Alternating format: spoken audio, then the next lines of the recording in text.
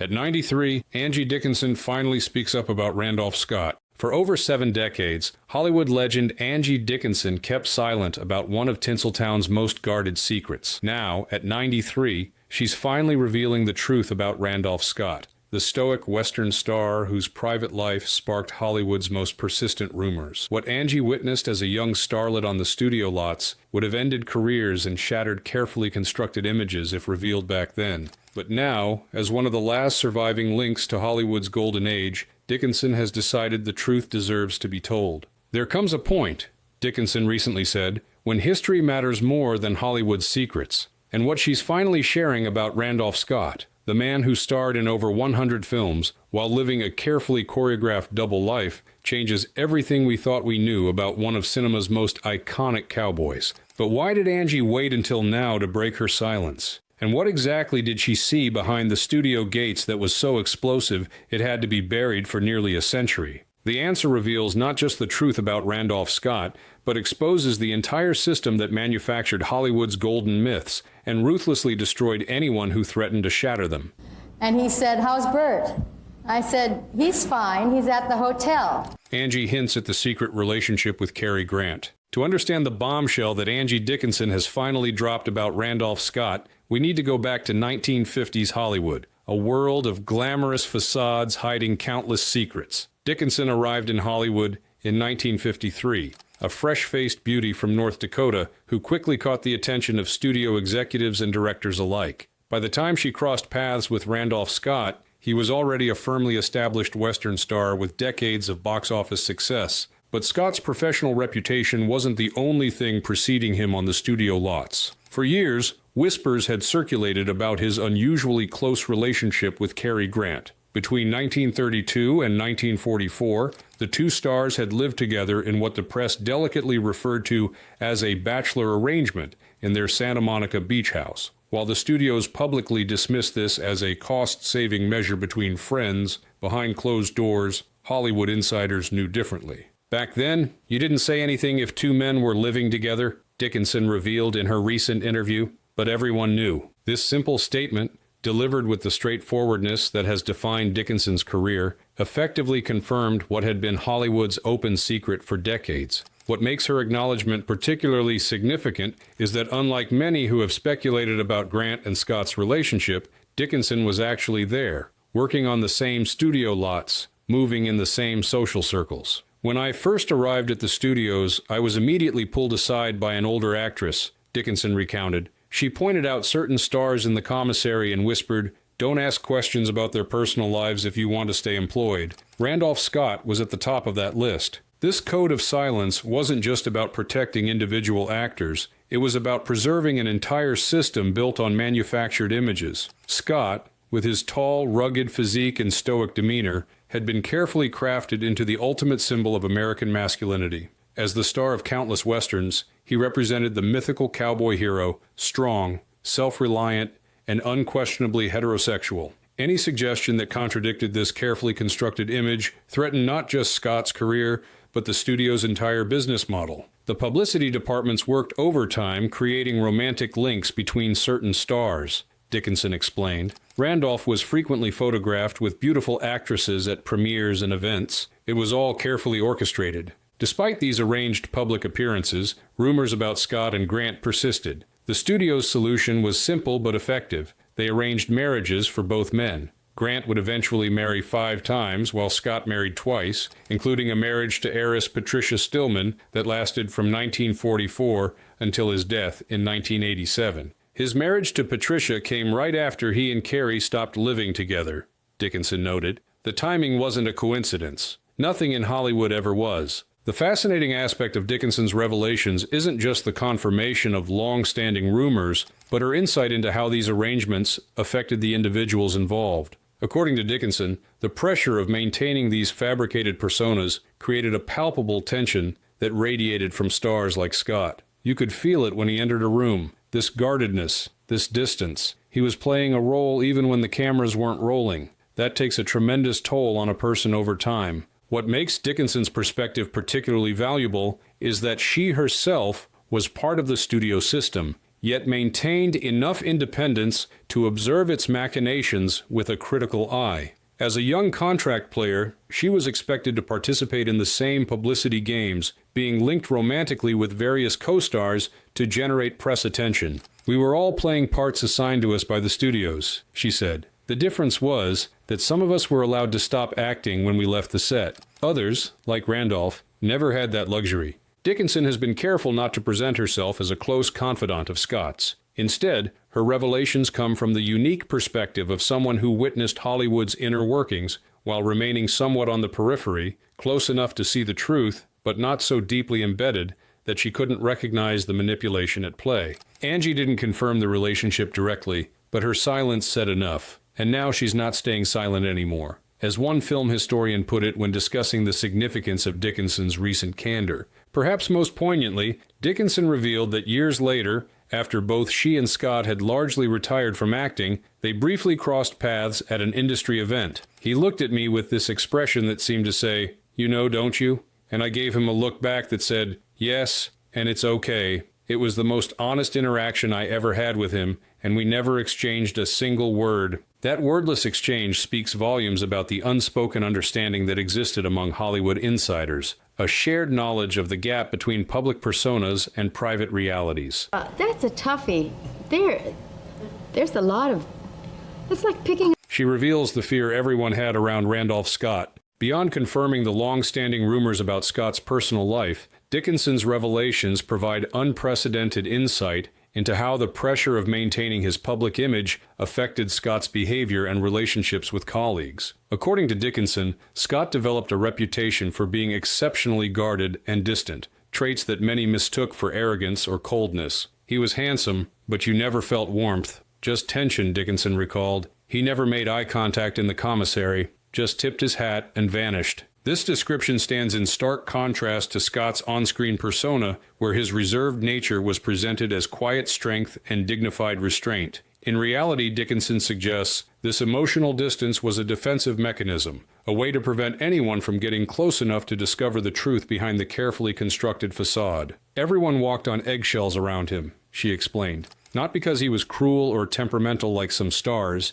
but because there was this unspoken understanding that certain topics were absolutely off-limits. You could feel the invisible boundaries around him. This atmosphere of caution extended beyond just Scott himself to encompass anyone associated with him professionally. Directors, co-stars, and crew members all understood implicitly that questions about Scott's personal life were forbidden." According to Dickinson, this created a strange dynamic on sets where Scott was working, a forced superficiality that prevented the natural camaraderie that typically develops during production. "There was always this elephant in the room," she said. "Everyone working with him was participating in this elaborate pretense, and it created this underlying current of anxiety. People were afraid of accidentally saying the wrong thing, asking the wrong question, or even looking at him the wrong way." What Dickinson describes is essentially a workplace built on collective fear. Fear of triggering Scott's discomfort, fear of the studio's retribution, and ultimately, fear of disrupting the entire system that kept everyone employed.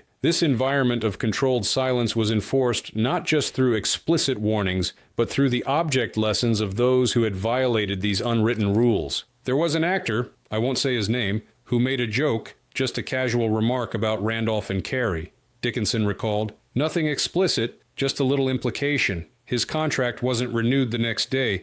Nobody had to spell it out. We all got the message." This climate of fear wasn't unique to Scott's situation, but according to Dickinson, it was particularly intense around him because of his status as a Western star, a symbol of traditional American masculinity that carried extra cultural significance during the conservative 1940s and 1950s. "Western heroes were held to a different standard," she explained. "They represented this mythical American ideal, the self-sufficient, rugged individualist taming the frontier. The studios invested tremendously in maintaining that image, especially during the Cold War when American identity was so tied up with these symbols. What made Scott's situation even more precarious was his genuine talent and popularity. Unlike some stars whose private lives were protected primarily because of their box office potential, Scott was a legitimately skilled actor who brought nuance and authenticity to his roles. Dickinson noted that this created additional layers of complexity in how he was perceived and protected. He wasn't just a pretty face they could replace if scandal broke, she said. He had this genuine connection with audiences.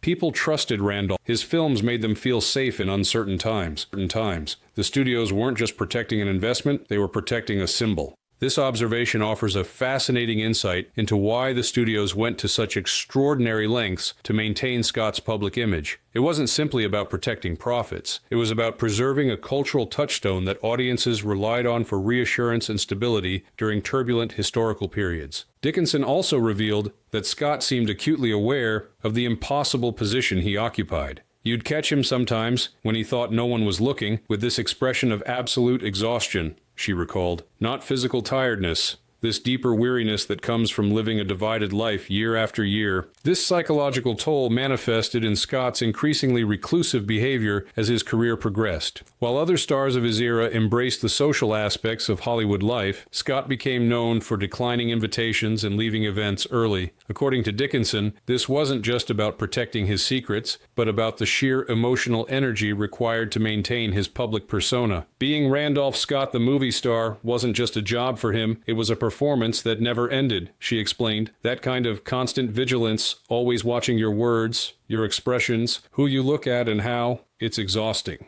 I think he retreated from public life as much as possible because those were the only moments he could exhale. Perhaps most revealing in Dickinson's account is her description of the rare occasions when Scott's guard momentarily slipped. Once, on a studio lot, I saw him talking with a young male actor. For just a moment, his face transformed. There was lightness, genuine animation in his expression. Then he noticed people watching, and it was like a door slamming shut. The mask came back instantly, but in that brief moment, I saw someone entirely different from the Randolph Scott everyone thought they knew. These glimpses of authenticity, according to Dickinson, made the artificial nature of Hollywood's star system all the more apparent and troubling. Angie says he carried something inside him, and the studios made sure no one ever saw it, as one film historian summarized her revelations. I said, I'll give you 4 years, but that's it. And they took the 4 years. She exposes the studio's handling of Scott's image. Perhaps the most significant aspect of Dickinson's revelations concerns the elaborate machinery that studios employed to manufacture and maintain Scott's public image. As someone who entered Hollywood during the tail end of the studio system era, Dickinson witnessed firsthand the transition from absolute studio control to the more independent film industry that would emerge in the 1960s and 1970s. I was explicitly told not to gossip about certain stars, especially the ones who had something to hide, Dickinson revealed. The studio could turn anyone into a cowboy, a war hero, a husband. It didn't mean it was true. This statement cuts to the heart of Hollywood's golden age, the gap between the carefully constructed personas presented to the public and the actual individuals behind them. In Scott's case, this manipulation was particularly comprehensive and sustained over decades. According to Dickinson, Scott's image maintenance began with the careful selection of his roles. While he occasionally appeared in other genres, the studios deliberately positioned him primarily in westerns, where his natural reticence could be interpreted as stoic strength rather than emotional guardedness. His roles were chosen to reinforce certain qualities: honor, straightforwardness, traditional values, Dickinson explained. These weren't just entertainment choices, they were strategic decisions to build a specific type of public perception. Beyond role selection, the studios employed a multifaceted approach to crafting Scott's public persona. This included arranged photo opportunities, carefully planted newspaper stories, and strategic public appearances, all designed to reinforce his image as the embodiment of traditional American masculinity. There were women hired to accompany him to premieres and events, Dickinson revealed. Beautiful women who knew exactly what to say to reporters about their relationship with him. It was all choreographed down to the smallest detail. This level of image manipulation extended to controlling who could interview Scott and what questions could be asked. According to Dickinson, studio publicity departments would provide journalists with pre-approved questions and topics, with the clear understanding that deviation from these guidelines would result in loss of access not just to Scott, but to all of the studio's stars. Interviews weren't really interviews at all, she explained. They were staged performances with scripts, just as carefully crafted as any film. The questions, the answers, even the candid moments were all predetermined. Perhaps most disturbing in Dickinson's account is her description of the studio's more coercive tactics when regular image management wasn't sufficient. While she is careful not to name specific executives or incidents, her implications are clear. Those who threatened to disrupt the carefully maintained facade faced serious consequences. There were fixers whose job was to make problems disappear, she said. Sometimes that meant paying people off, sometimes it meant intimidation, and sometimes it meant creating entire alternative narratives to distract from potential scandals. This system of control was particularly effective because it operated at multiple levels simultaneously. Studio contracts gave executives tremendous power over actors' professional lives, while the social dynamics of Hollywood created additional pressure to conform. Add to this the broader societal attitudes of the era, which were deeply hostile to any deviation from heterosexual norms, and the result was a nearly inescapable system of control. It wasn't just the studios, Dickinson clarified. It was the press, the public, the government. Everyone was invested in maintaining these illusions. The studios just happened to be the ones orchestrating it all. What makes Dickinson's perspective particularly valuable is that she observed this system both as someone subject to its demands and as someone with enough distance to recognize its fundamental dishonesty. Unlike many stars of the era who were either complicit in maintaining these illusions or too deeply embedded to see them clearly, Dickinson maintained a certain critical distance. I was fortunate, she acknowledged. I came in as the system was already beginning to weaken. I could see the cracks in the facade that others couldn't or wouldn't acknowledge. This unique vantage point allowed Dickinson to recognize the profound personal cost of the image manipulation that defined Scott's career. According to her, what was presented to the public as the essence of American authenticity was, in reality, one of Hollywood's most elaborate fabrications. The great irony is that Randolph Scott became a symbol of straightforward honesty and directness, the man who always told the truth and stood by his word while being forced to live a fundamental lie, she observed. I don't know how anyone reconciles that kind of contradiction within themselves. The psychological impact of this forced duality clearly troubled Dickinson, who noted that Scott seemed to grow increasingly distant and reserved as his career progressed. The longer it went on, the more the performance consumed the man, she said. It's like he gradually disappeared inside the character they created for him. This observation speaks to the dehumanizing aspect of the studio system, its tendency to transform actual people into products that could be shaped, marketed, and controlled without regard for their authentic selves. In Scott's case, this transformation was particularly complete and enduring.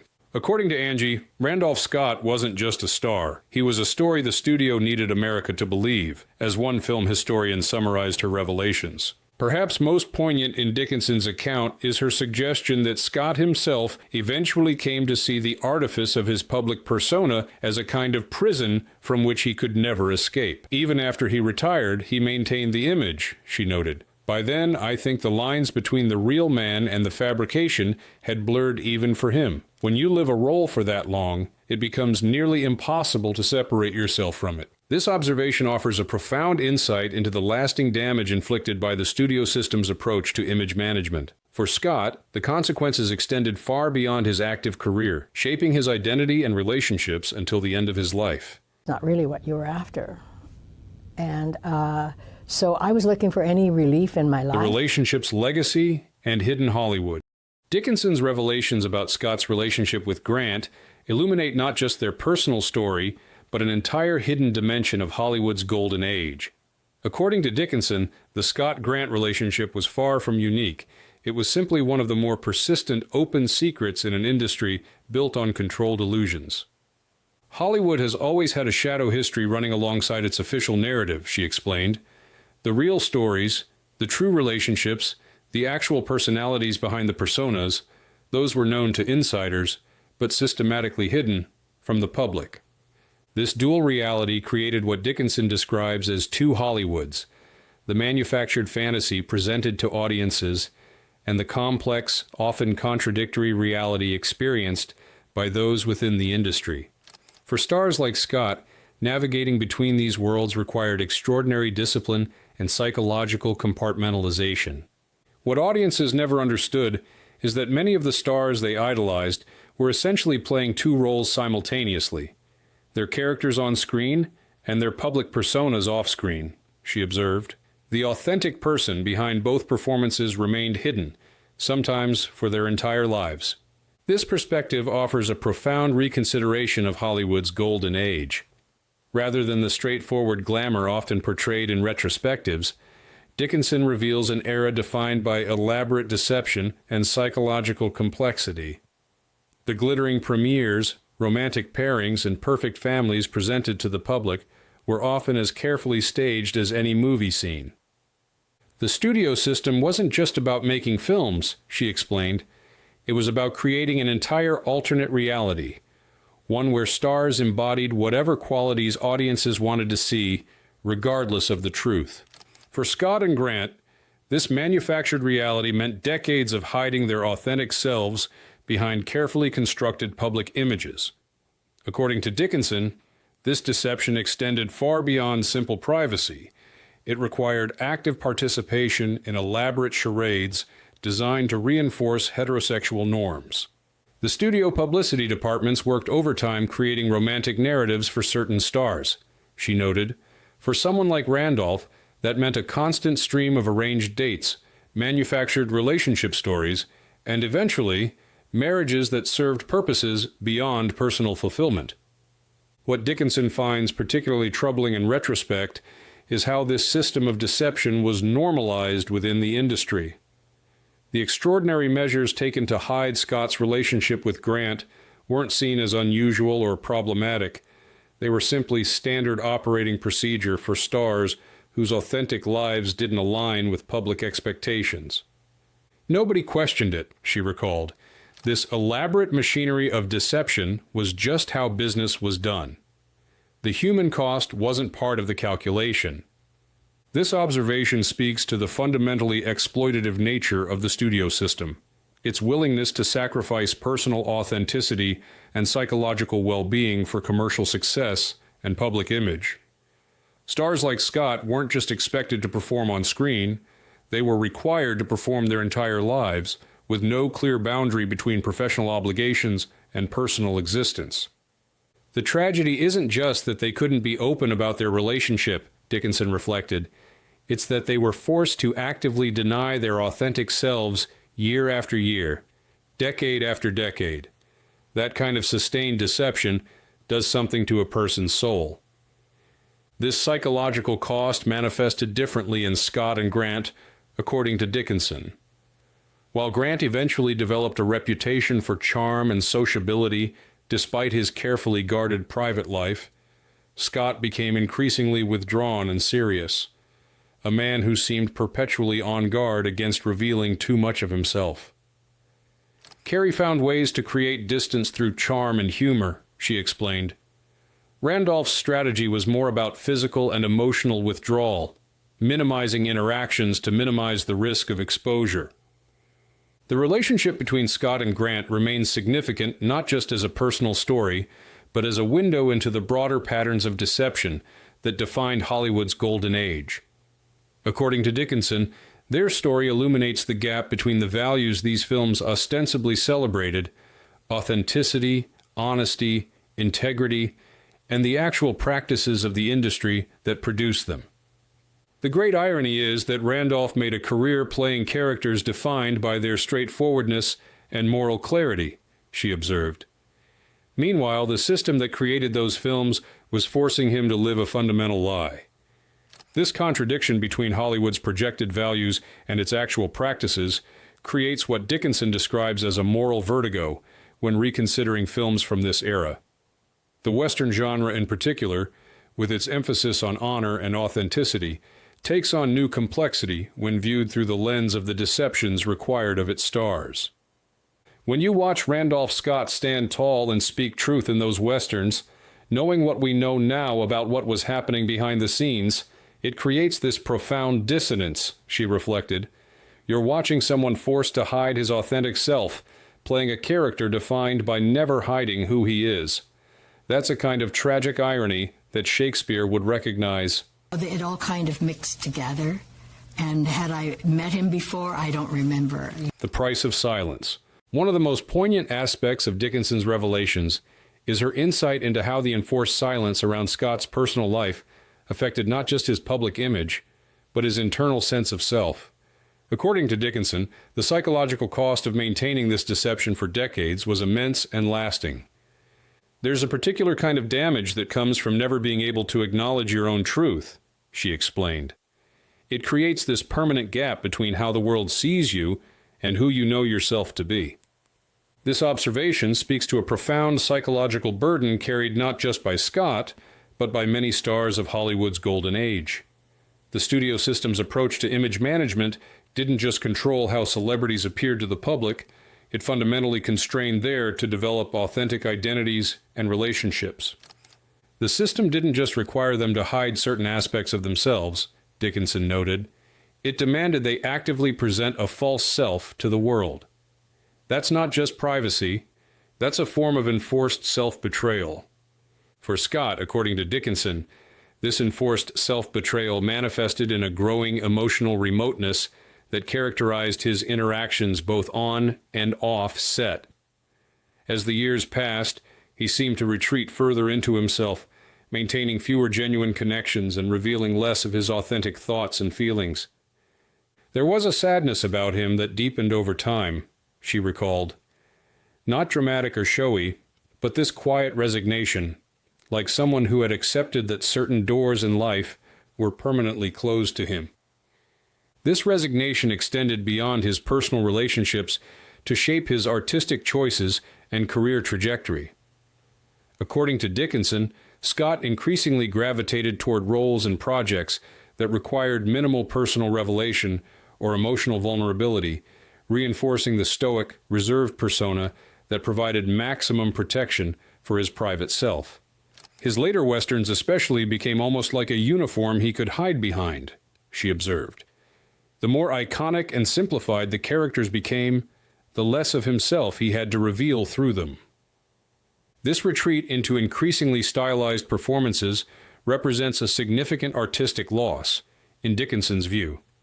She believes Scott possessed greater depth and range as an actor than he was ultimately able to express, largely because genuine emotional vulnerability on screen risked exposing the very aspects of himself he had been trained to conceal.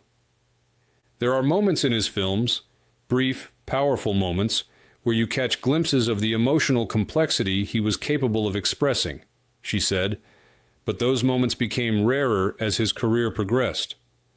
The defenses became too ingrained to lower even for a performance. This artistic limitation speaks to a broader cultural loss resulting from Hollywood's rigid enforcement of heterosexual norms. By forcing actors like Scott to maintain certain public personas regardless of their authentic selves, the studio system effectively limited the range of human experience and emotion that could be explored on screen. We'll never know what kind of performances he might have given in a different world, Dickinson reflected, one where he didn't have to devote so much energy to hiding essential aspects of himself.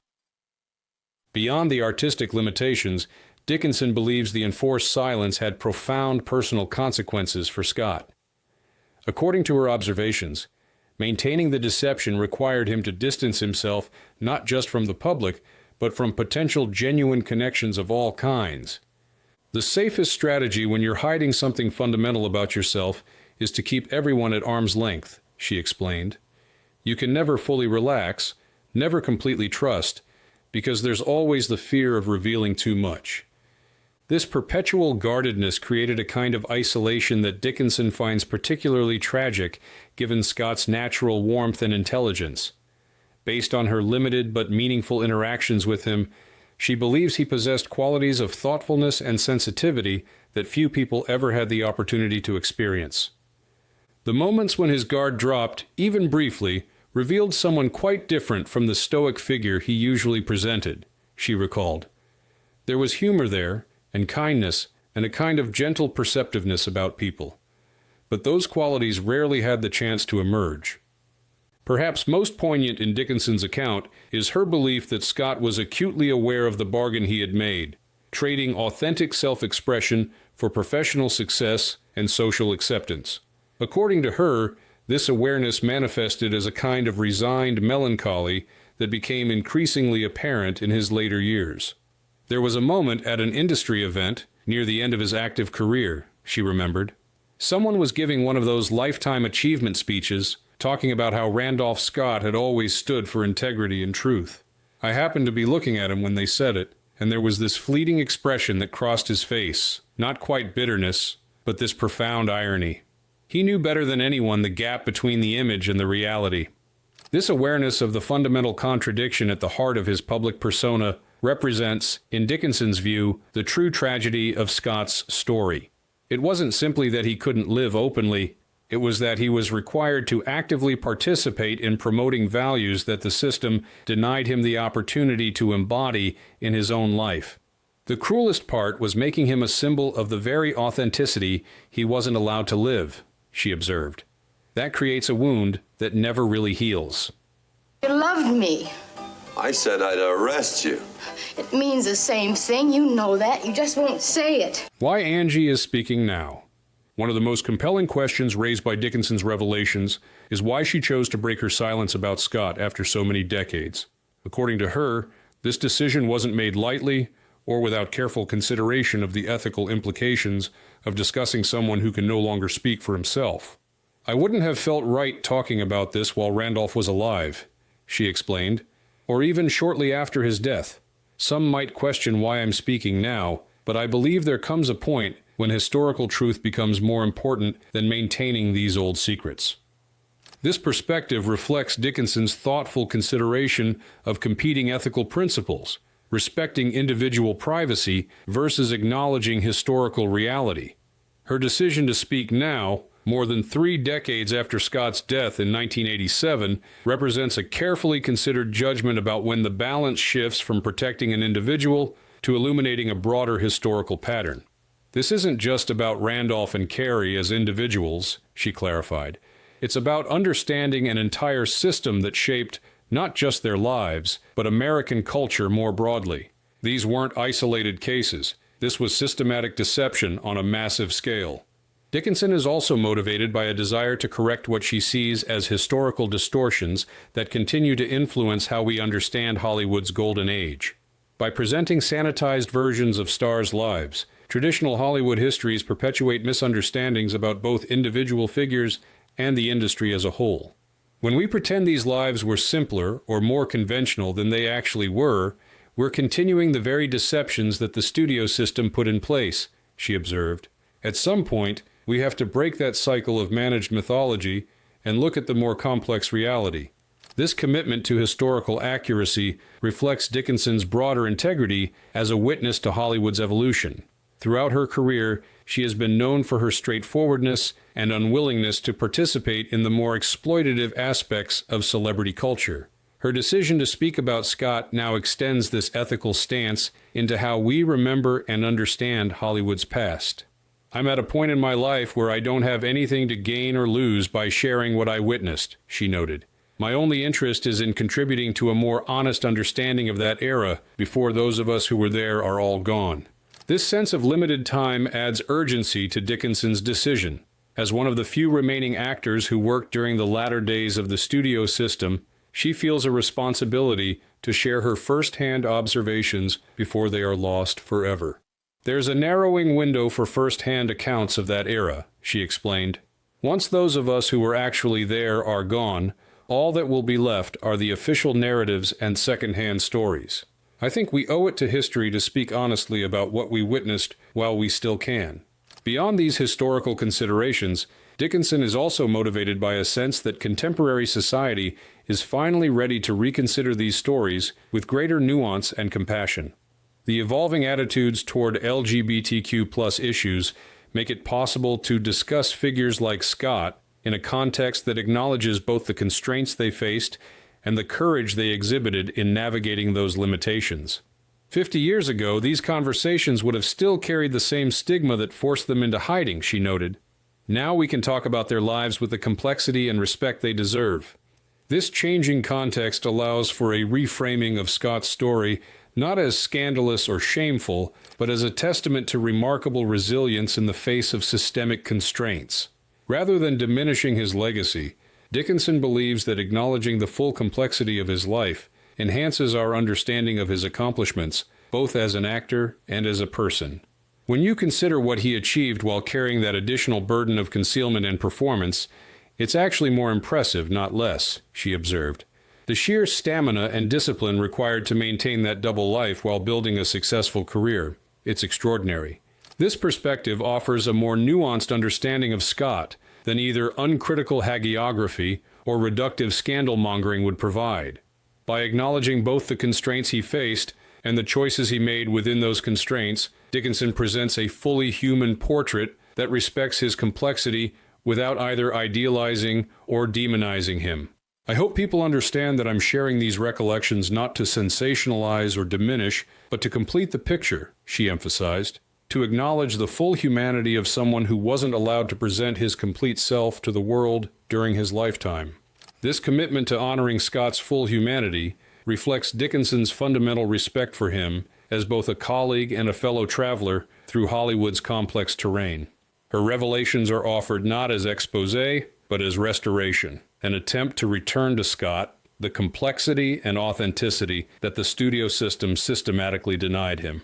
In a way, speaking now is the only thing I can do for him, she reflected, to acknowledge the truth that he wasn't permitted to acknowledge himself. There's a kind of belated justice in that, I think. Angie Dickinson's revelations about Randolph Scott offer more than just clarification of long-standing Hollywood rumors. They provide a window into the human cost of fame during Hollywood's golden age. Through her first-hand observations, we gain insight into the elaborate machinery of deception that shaped not just public perceptions, but the private lives and identities of the stars themselves. What emerges from Dickinson's account is a portrait of Scott as a man of remarkable discipline and fortitude, who navigated extraordinary constraints while building one of Hollywood's most enduring careers. Far from diminishing his accomplishments, understanding the additional burdens he carried only enhances our appreciation of what he achieved both professionally and personally.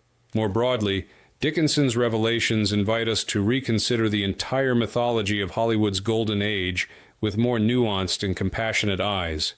Behind the glamorous facades and carefully crafted public images were real people navigating complex realities with the limited options available to them.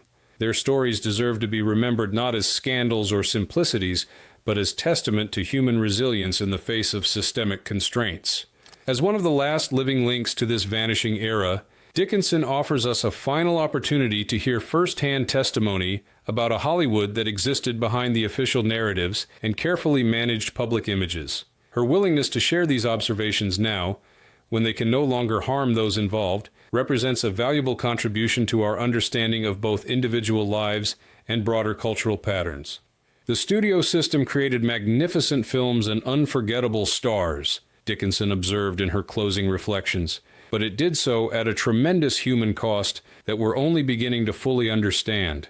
I hope that by sharing what I witnessed, I can contribute to a more complete and compassionate history of that era.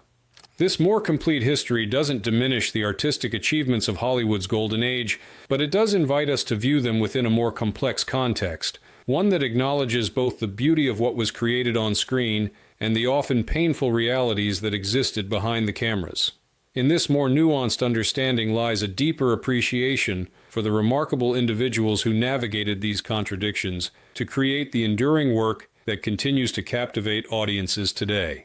In the final analysis, Angie Dickinson's revelations about Randolph Scott aren't just about setting the historical record straight, they're about honoring the full humanity of someone who wasn't permitted to present his complete self to the world during his lifetime. By speaking now, when society has evolved enough to receive these truths with understanding rather than judgment, she offers a belated but meaningful acknowledgement of the complex reality behind one of Hollywood's most carefully maintained facades.